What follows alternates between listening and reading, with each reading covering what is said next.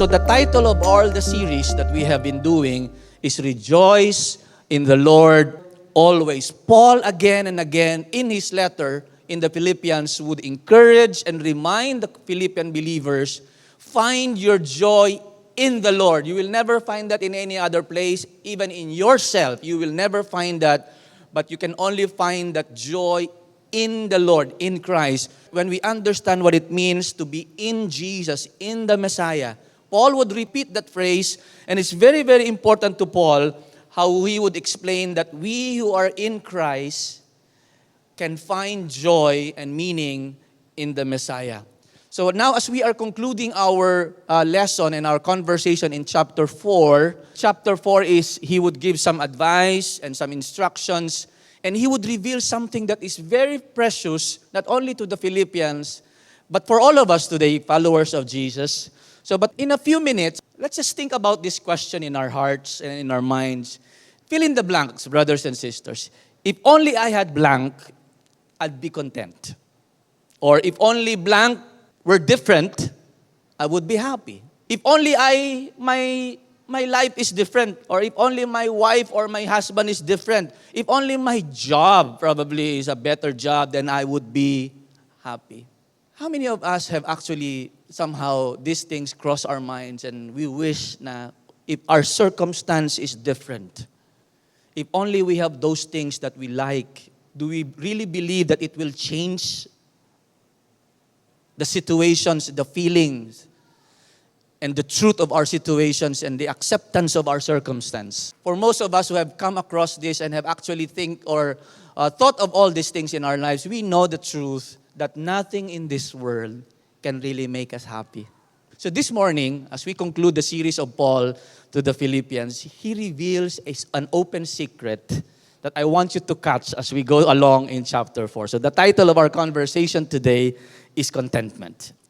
This is a very, very important virtue or something or truth that we have to understand. Again, balancing the historical background, the context of the Philippian believers in the first century, you will understand that they have a misunderstanding of this contentment the way we have a misunderstanding today. Because I believe the philosophy that they knew in the early centuries was carried forward up to our time today. And maybe that philosophy is still in our minds. So hold on to that, because I hope and I pray that at the end of the service, that philosophy that we have acquired or have learned, we will put it in the basurahan or in the trash in exchange to whatever Paul would reveal to us in chapter 4. So while I was studying this very interesting chapter, because Paul would, as a pastor and an apostle, he would give some advice, he would give some corrections, he would exhort.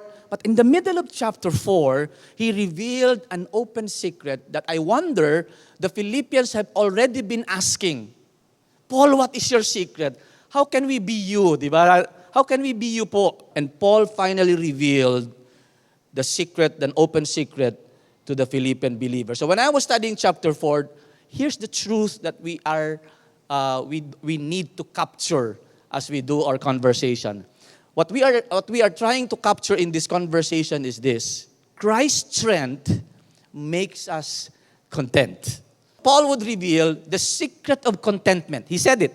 I have learned the secret of contentment. And Paul would reveal that.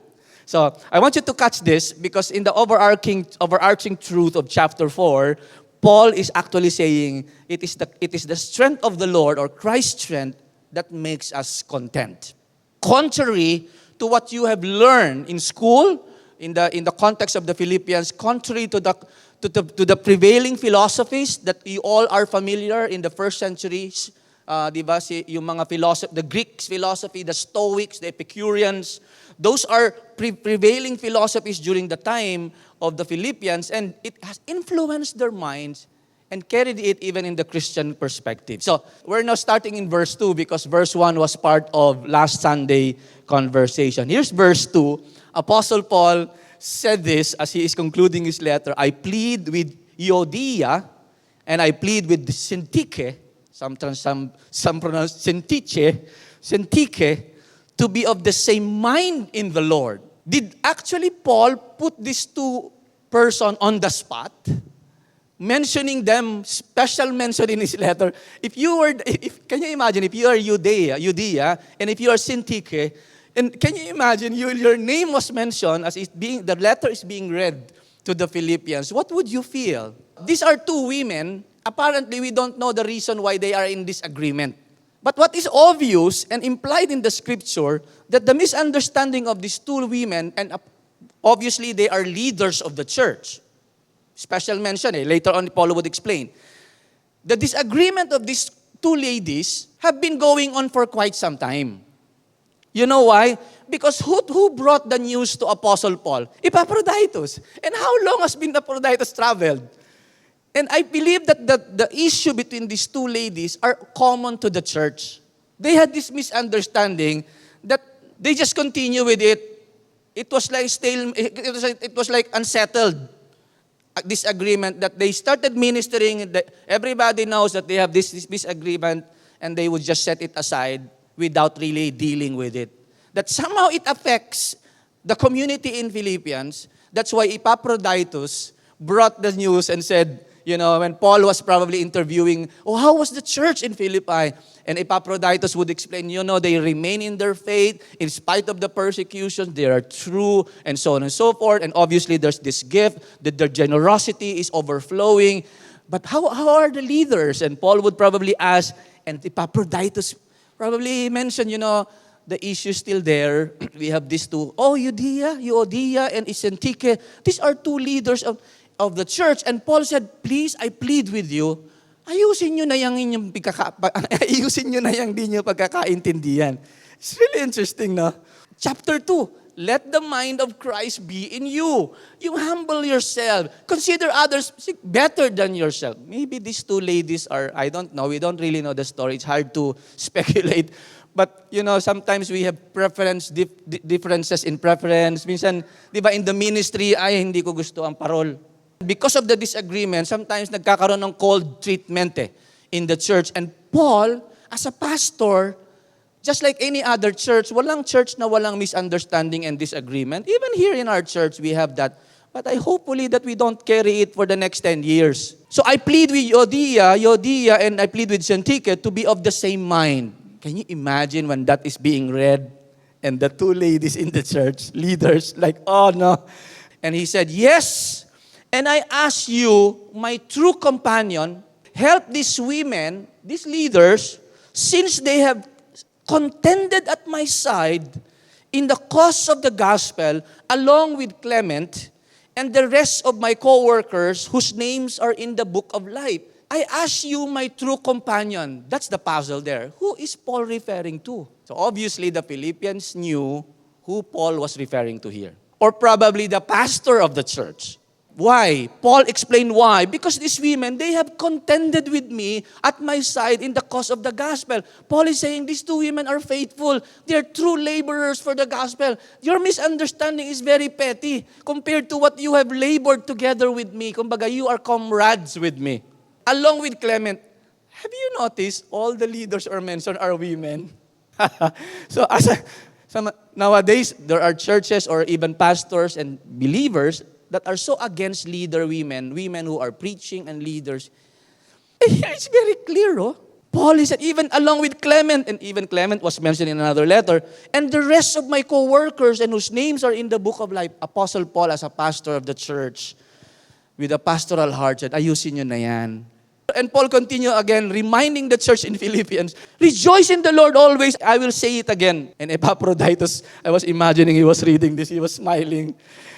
Again, Paul said, let us rejoice. And then he balanced it because the word rejoice here is not private. Yung nasa loob ka ng bahay mo na, what are you doing? I'm rejoicing. No. Rejoicing here is celebrate outside. As a community, you celebrate just like the pagan, the community where you belong. The Philippians, they celebrate for Caesar, all the gods of the local gods of the community. They would celebrate outside. And Paul is saying, we have all the reason to celebrate. Go out and celebrate. Let it be manifested in your community that you are a joyful believer or a joyful community. What a testimony to the world. There is a reason why the church have to rejoice. Rejoice in the Lord always, celebrate. And Paul balanced it by saying, let your gentleness be evident to all. In other words, gentleness here can also be translated, you have to be kind and be gentle to the people around you, to the point that you're celebrating and you're disturbing others. Let your gentleness be evident to all. See to it that you do not disturb others. Mga kapatid, just taking this opportunity. In Singapore, hanggang alas 10 lang ang kantahan. Let us not be a disturbance to our neighbors. Ay, sabi ni Pastor, rejoice in the Lord. Ay, mapupulis kayo. If you're 10 o'clock already, we have experienced this in Singapore as early as 1994 when I was new in Singapore in Pasir Ris. I don't know kung kaninong bahay yon. In Pasir Ris, we are celebrating, siyempre, Pastor Butch, bago ako noon, celebrate eh. It's already 11 o'clock ng gabi, we were celebrating, and then ding-dong, and we opened the door, the police. You're very noisy, your neighbor complained, ay. And that dawned on me, no? Let your celebration, but let your gentleness be evident to all. Be considerate also, brothers and sisters. If like there is a funeral going on in our area, let's be sensitive also. Celebrate. Let your gentleness be evident to all. Do not use your freedom to offend other people because the Lord is near. And Paul, what do you mean the Lord is near? That He is coming soon? Or that the presence of the Lord is near? And Paul would use that and say, don't forget that as we continue to rejoice in the Lord, let us also be a testimony to our community. And then he said, do not be anxious about anything, but in every situation, by prayer and petition with thanksgiving, present your request to God. Why are they anxious? Because of the persecution and the opposition. Because anything that you do, if you do not join the community festivals that is attributed to the gods of the local community, in those days, in the first century, they are very careful to appease the gods, the local gods, because everything depends on the local gods. If there is drought, the local gods is punishing us. He's not happy. Anything happens in the community, if there is turmoil, if there is war, or if there is whatever difficulty or plague in the community, they will always associate it as the God is not happy. Someone offended the gods. Can you imagine? All of a sudden, the Christians, the believers, are no longer joining the community gathering for these gods. And they notice na kumukunti na lang yung kanilang gathering.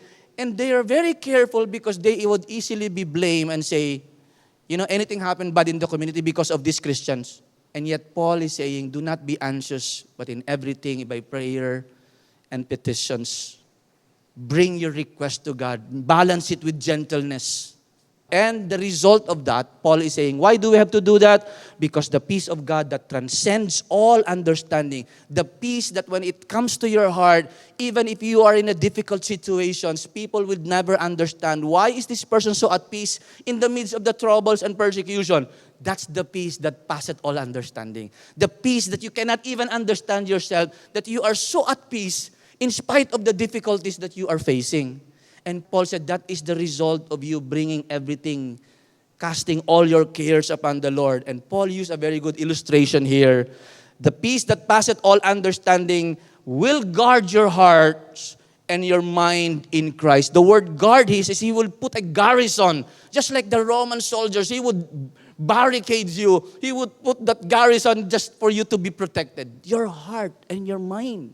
Can you imagine the imagery that Paul is using here? And the Philippians were very familiar because they were a Roman colony. They have Praetorian guards there. The Roman soldiers are there. They would see the garrison, the barracks of the soldiers. And Paul would say, just like you see those things, God would guard your hearts and your minds in Christ. And then he said, finally, brothers, as you continue to rejoice in the Lord and balance it with your gentleness and bringing all your requests and petitions to the Lord, he said, finally, whatever is true, whatever is noble, whatever is right, whatever is pure, whatever is lovely, whatever is admirable, if anything is excellent or praiseworthy, think about such things.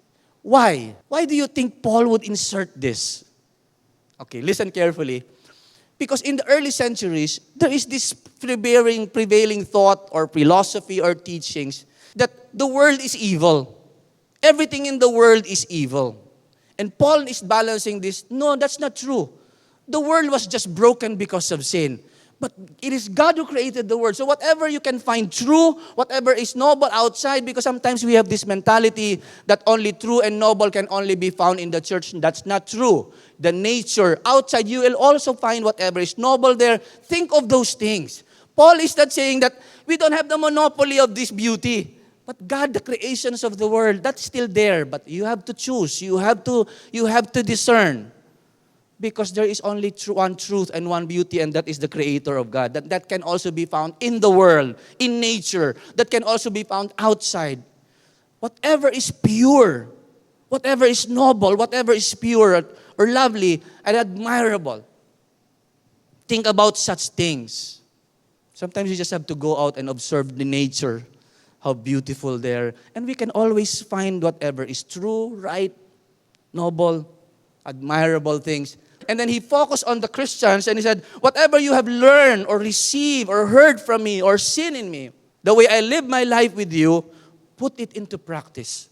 This is the same words that Apostle Paul said in 2 Timothy 2:2. Whatever you have learned from me, pass it on to reliable men. Timothy, the things that you have learned, that you have observed from me in my first, second, third missionary journey. The same thing. And the God of peace will be with you.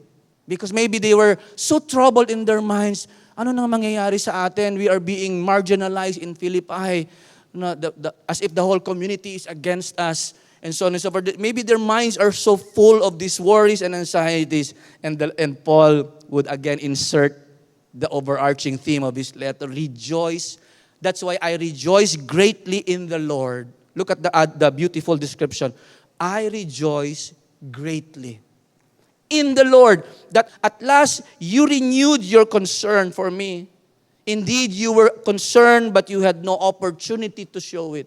The rejoicing of Paul said, now that I have received your concern that I knew because of Epaphroditus, lalo akong naging masaya. That I have learned that you have renewed your concern. Maybe they have been separated for a while because Paul was traveling as an itinerant missionary. And Paul would reveal later on the backstory of this. So maybe for a while there was no communication because he was in prison. And yet all of a sudden one day, if Paul was in prison in a house arrest, if that was his situation, and there is a guard that was chained to him, he was put in a house arrest. I don't know whether in Rome or Ephesus or in Caesarea. And all of a sudden one day there was a ding dong, and they opened the door. It's Epaphroditus. Oh, Epaphroditus! And Paul said, oh, why have you come? We have heard that you were in prison. And the church in Philippi was so dear to Paul's heart. Sent me here. Because in prison those days, there are no free food and lodging. Maybe the house is given, but the food, you have to cook yourself. So who would cook? I don't know if Paul can cook because he was so busy in his missionary journey. And the Philippian church would sino man kaya who would assist Paul? And they would send Epaphroditus, not just to deliver the package, but to stay with Paul and help him in the household. And he brought this sum of money. And Paul rejoiced greatly because your concern has been renewed. You were concerned, but you had no opportunity to show it. And then Paul was so quick to balance. Paul is really 5 steps ahead. He was quick to correct any misunderstanding and said, baka isipin nila that I'm just looking for your gift. That I am after the money. Remember, this letter is being read now. I am not saying this, that I am happy, greatly rejoicing that your concern has been renewed. I am not saying this because I am in need. Well, Paul, you're in prison. Later on, list all to that. For I have learned to be content. Boom. That's it. I have learned to be content whatever the circumstances. You know the word content in the first century, because of the Stoic philosophy, research that after service, the Stoics, that can be translated as self-sufficient or independent. The highest desire of the Stoic philosophy is happiness that is detached from the world, totally independent from others, that whatever happens to them, it will not affect you, so therefore you will be content. The Stoics How do we achieve self-sufficiency? The philosophy that is prevailing in the time is that you have to deny your emotions, deny your desires, remove your desires. In other words, they're teaching for you to reach contentment or self-sufficiency or independent from other parts of the world or other things of this world is to remove desire. Oh, how do you remove desire? I want iPhone. Remove that. I want, eliminate desires in your heart. So that would mean even the sexual desires, even getting married, remove that because those things can actually affect your emotions and your happiness. Remove the desires. Remove your emotions. That's the problem of the Stoics. What do you mean remove your emotion? You come to the point that I don't care. That's the philosophy. You know, I don't have a food. I don't care. My friends left me. I don't care. That's actually what they're saying. You reach that point, then you are self-sufficient and content. Oh, wow. Who would have such a thing? Family? And at the same time, because of the Stoic philosophy, it does not encourage you to love others and care for others because once you care, that care can be reciprocated or not, and it will affect your emotion. So it also encourages you not to be involved in other people. That's the common philosophy in that time, to learn contentment and self-sufficiency and independence. And I was imagining, maybe they were thinking, oh wow, si Paul, wow, he reached now what the Stoics are saying, the highest degree that you can be content. I have learned to be content in whatever circumstance. Paul used the same word, but there is a tweak here. There is a difference that Paul would reveal later, and I want you to hold on to that. Because Paul would say that I am not like the Stoics. He would reveal a secret to them. I have learned to be content. You know, before we move to the next slide, how many of you before were saying, nakakaingit naman how I wish I am like brother or sister. That brother, if you observe the life of that brother, he seems to have the gift of contentment. Or maybe you have been praying, Lord, give me the gift of contentment. Mga kapatid, contentment is not a gift. Obviously, Paul learned. I have learned. So, contentment is not a spiritual gift na, Lord, bigyan mo ako ng contentment. Somebody lay hands on me. Ayun. I have that. Even kahit kung anong lay hands ko sa inyo at ipag-pray ko kayo, you will never have the spiritual gift of contentment because it is not a spiritual gift. Paul said, I have learned. Where did you learn this, Paul? In the school of suffering. In the school of persecution, in the realities of life. So contentment is not something, a pill that you drink and then, voila, I'm content. There's no such thing. You have to learn it the hard way. You have to learn it in every steps of the way. And Paul would say this, in every circumstance, I know what it is. Now, Paul would break it down. Listen carefully. I know what it is, which means the contentment I'm talking about. I know what it is to be in need. I was in prison several times. I was shipwrecked. I was slashed in my back. I was whipped in my back. And I know what it is to have plenty. Paul said, I know when my wallet has no money. I know when the time when my wallet is full. I know when I have food on my table. I know what it means to have no food at times.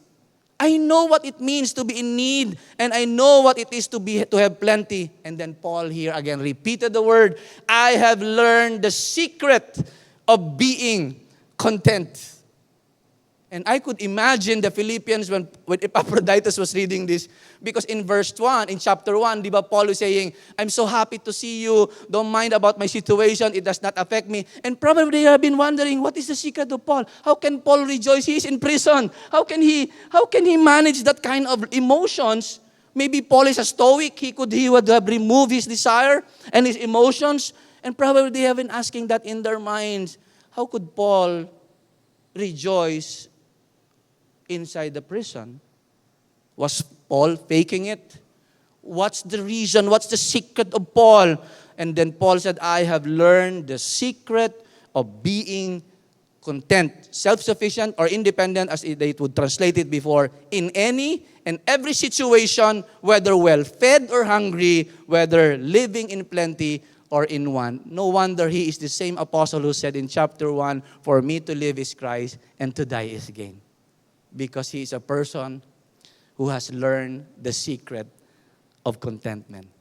Now, I want you to listen carefully as Paul would reveal the secret. Ano kaya itong secret ni Paul? And I would imagine Epaphroditus here reading this. And then, let's pause for a break. Can we have some water? Hey, can you please continue reading? What is the secret of Apostle Paul?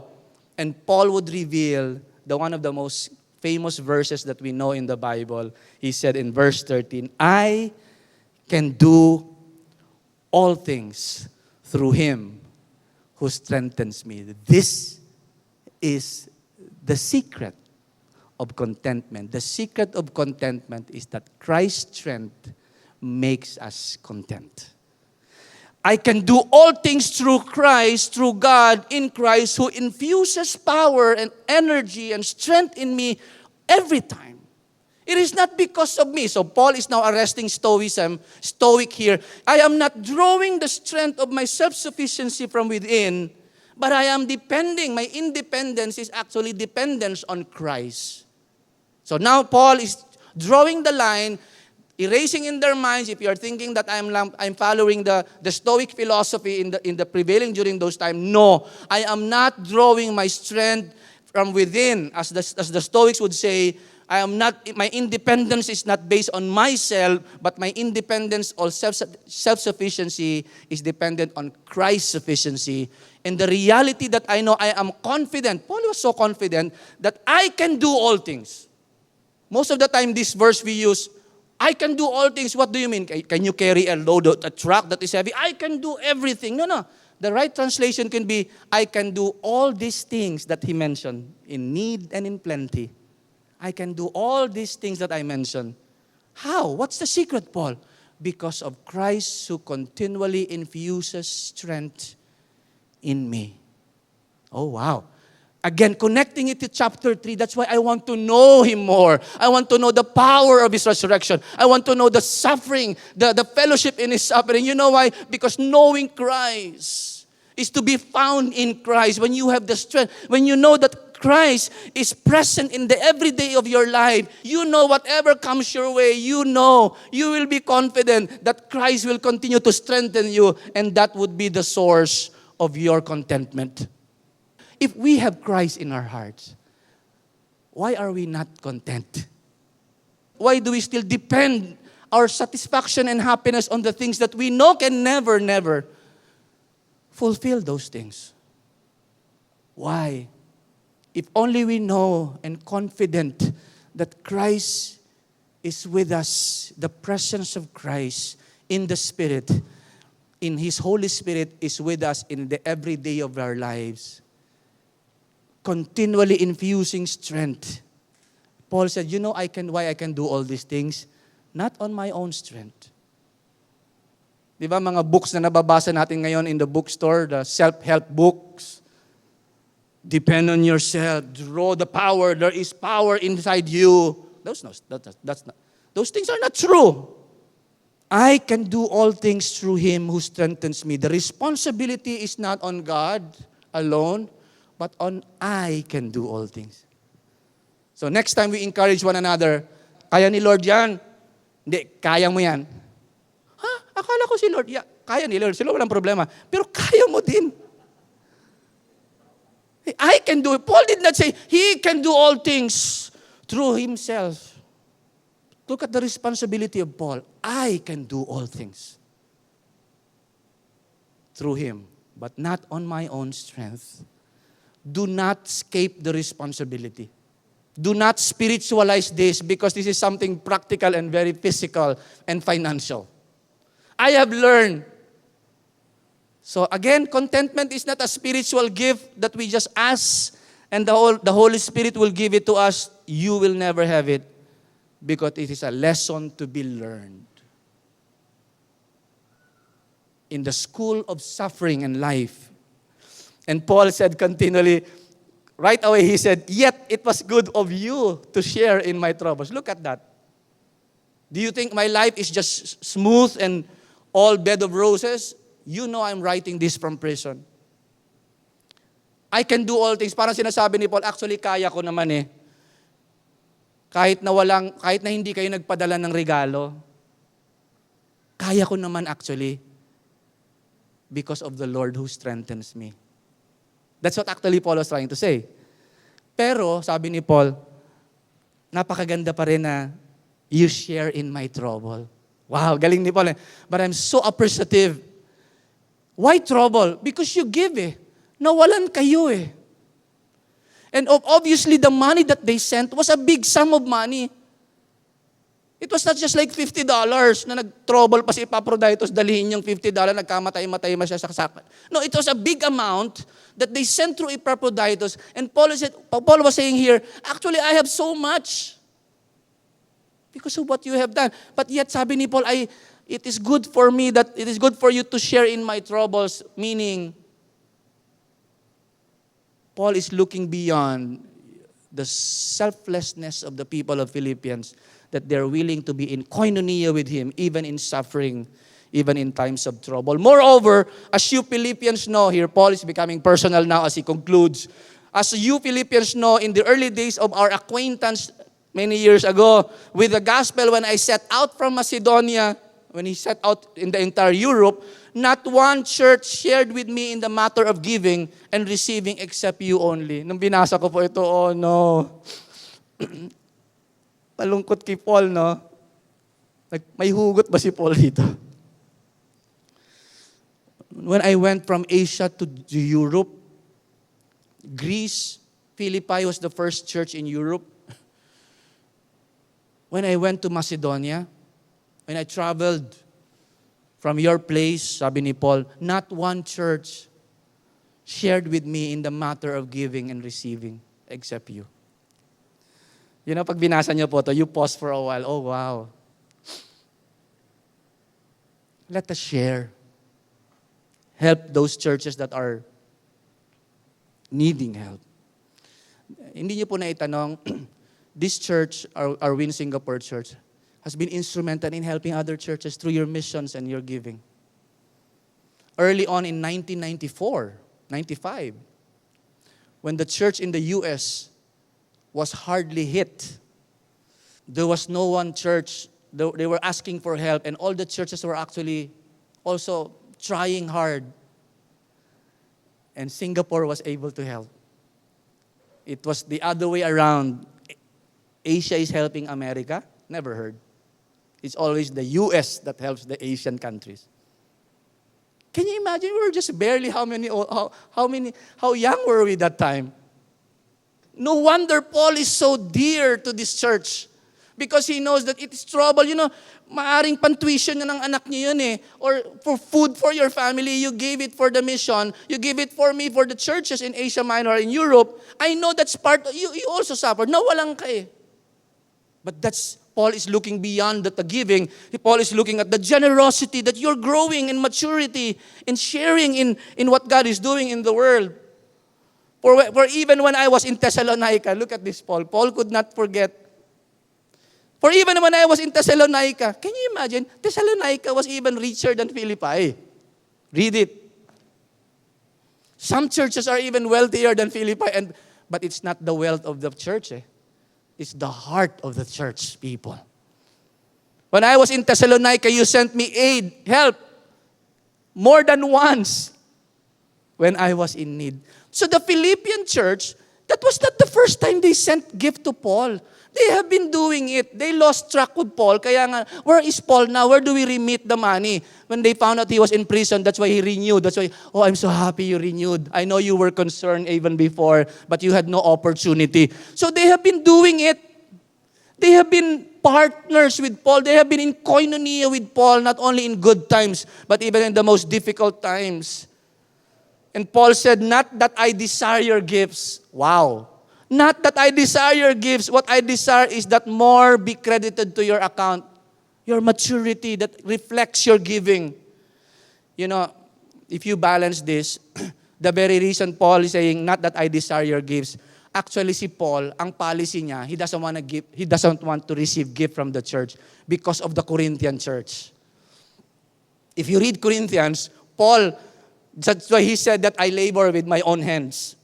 I will never accept gifts from you. That's why the Corinthian church would say, Paul, why are you not accepting gifts from us? And from others you accept. Because the Corinthians has a mentality, and even the other Asian churches, the Asia Minor, they have the mentality that when they give you something, they own you. Because you labor for us, we paid you, we own you. Paul was very careful that, no. That's why you read Corinthians, Paul said no. But in Philippians, he did not ask. But they were the ones sending him wherever he was. And Paul offered that prayer to them and said, I have received full payment and I have more than enough. I am amply supplied, not now that I have received from Epaphroditus. Why did he have to mention this? This is acknowledgement receipt. Na yung pinadala nyo, tinanggap talaga ni Paul. Again, remember, this is being read. Salamat mga kapatid, natanggap ko from Epaphroditus. Specify, I have received from Epaphroditus the gifts you have sent. They are a fragrant offering, an acceptable sacrifice pleasing to God, using the Old Testament term of the sacrifice in the temple. And then he offered them a prayer. A grateful apostle can only say this in the prison cell. The famous verse that we all know, and my God, as if we could hear Paul praying for the Philippian church, that I cannot repay you, but I know my God will supply all your needs according to the riches of His glory in Christ Jesus. To our God and Father be glory forever and ever. This is the counterpart of Malachi chapter 3. If you give your tithes to the storehouse, sabi ni God, test me on this if I will not open the floodgates of heaven. That's the same language Paul is using. May God will supply all your needs according to His riches. Humanda kayo, sabi ni Paul, according to His riches in glory. And you know, the needs cannot only be monetary. Yes, it can be financial, but one of those needs can be strength, maaring kalakasan, ibibigay ni Lord, that God can, the balance of, I can do all things through Christ who strengthens me, and maybe the needs, that He will supply all your needs, not only finances. Maybe there are times that God will not give you money, but He will give you the strength. That's why you can say, I can do all things, even with money or without, because one of those needs that God will supply to me may not always be money or things, but sometimes He will provide strength. That's what Paul is trying to say. May God will provide all your needs, including the strength for you to learn the secret of contentment. Beautiful. Mga kapatid, so pag nanalangin tayo, kaya nga may panalangin na, Lord, don't give me much that I may forget you. Don't give me so little that I may hate you, but give me something enough. But sometimes God would not give us anything.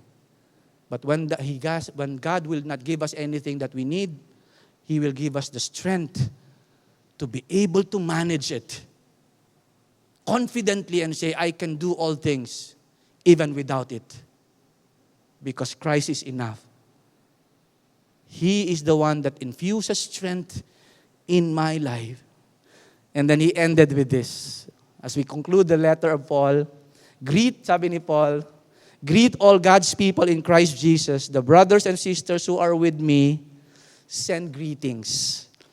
All God's people here in that place, whether in Rome or in Ephesus, send you greetings, especially those who belong to, Caesar's household. For the first time, Caesar is mentioned. The Praetorian Guard was mentioned, but for the first time, Caesar's household. That's why scholars would say that he was in Rome.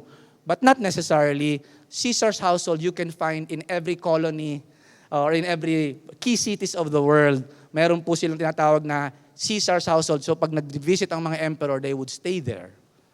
So can you imagine Paul saying here that some of the members of the household of Caesar have received the gospel?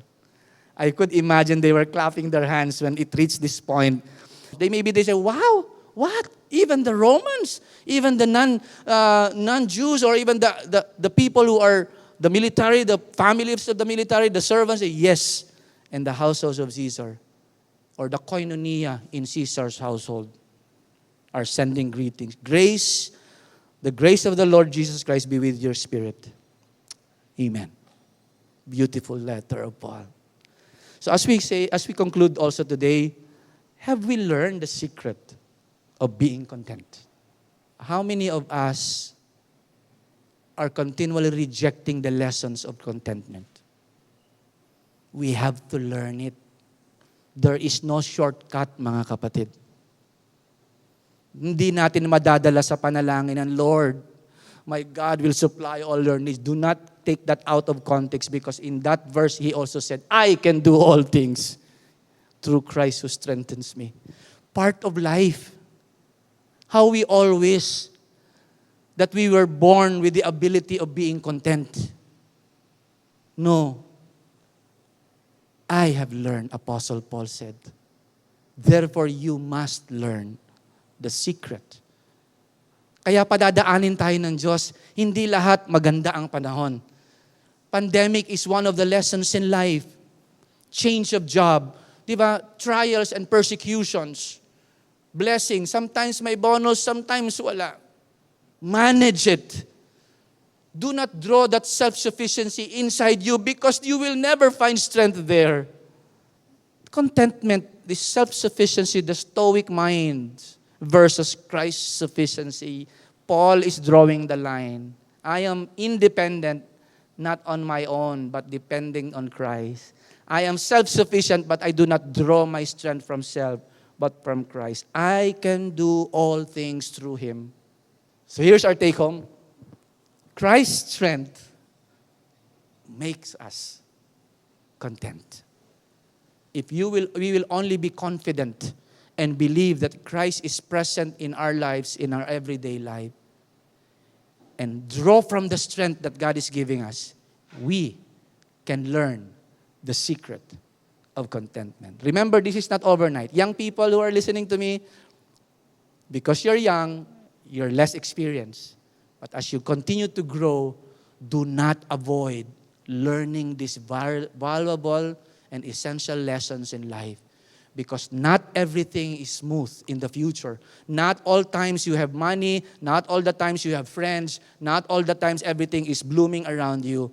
God would allow you to pass through different routes and life's circumstances, because part of the lesson is that He is teaching you to be content. Not self-sufficient, but drawing your strength from Christ who is with you in the everyday life. Therefore, at the end, you can also say, when you're a little bit mature, with so many experiences like your parents, you will be able to say, I can do all things through Christ. Children, your parents came here when you were younger. Maybe they're not telling you the story. It was not easy the first time we stepped into Singapore. But our parents would say, we were able to do it because Christ is the one who gives us the strength. That is a valuable lesson that you will carry for the rest of your life. Do not be surprised that there are bad things happening in life. Not everything is sunshine. There will be rain and storms. Learn the secret of being content. So my challenge is learn. How I wish I could pray for each one of us and say, Lord, anoint this person that he will be content. Wow, right away. How I wish we could do that. But contentment is something that we learn every step of the way. If you only have $10, manage it. Serve. Sa Philippines, may kasabihan tayo, kapag maiksi ang kumot, di mo maluktot ka, anak. Hahaba din yan. Always give thanks in everything, for it is God's will for us in Christ Jesus. Because if you learn that, manage that, you will survive whatever it takes in the future.